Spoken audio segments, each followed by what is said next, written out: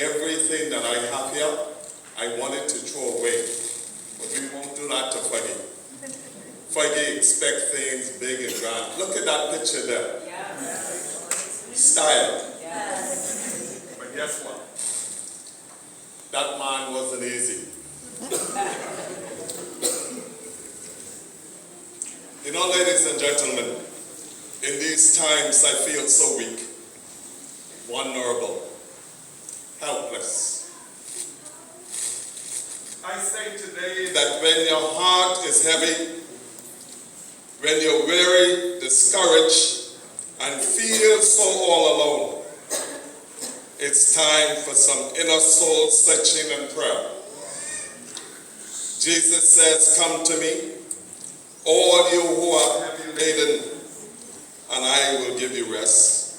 Says, take my yoke upon you and learn from me, for I am gentle and lowly in heart, and you will find rest in your soul. For my yoke is easy and my burden light.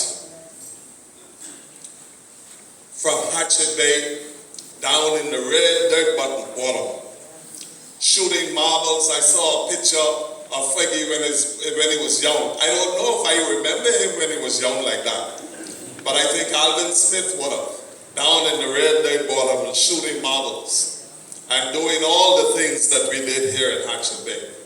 So from Hatchet Bay to Nassau, to Freeport, to Exuma, and back to Hatchet Bay, Frederick Ferguson.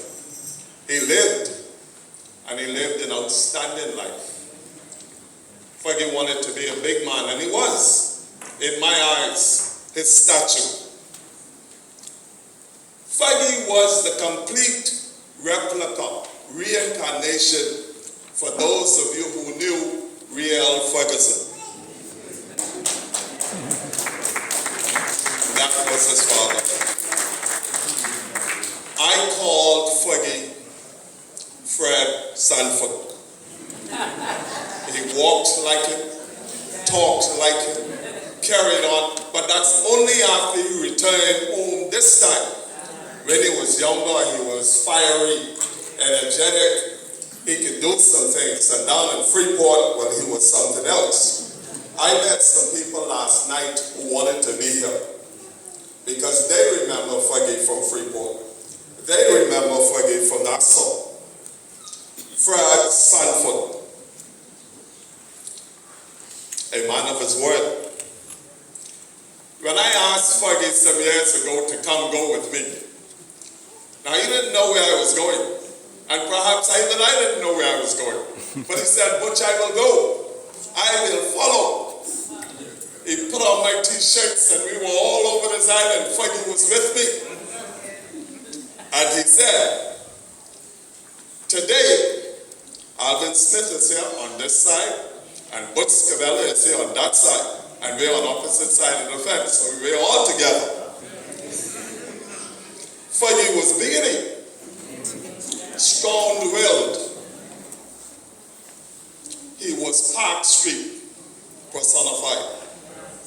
On that street, he had a bench, and in that street, he sought to keep the peace. I used to tell Fergie, I say, Fergie, you better stay on this road because these youngsters would drag you all over this road. He said, why? You don't know me.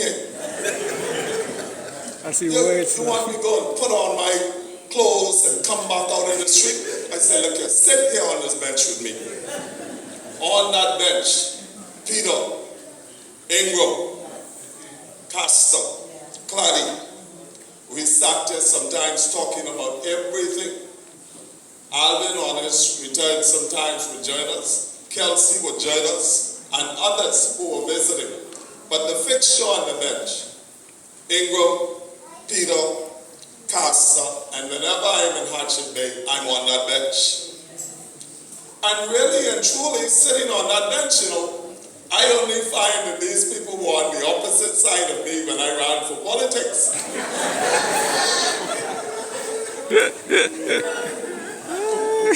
But they were my homeboys. They were my friends. And I loved it and thoroughly enjoyed it. But boy, that Fergie, he was stubborn. But you know, ladies and gentlemen, there are times in our lives when you miss someone so much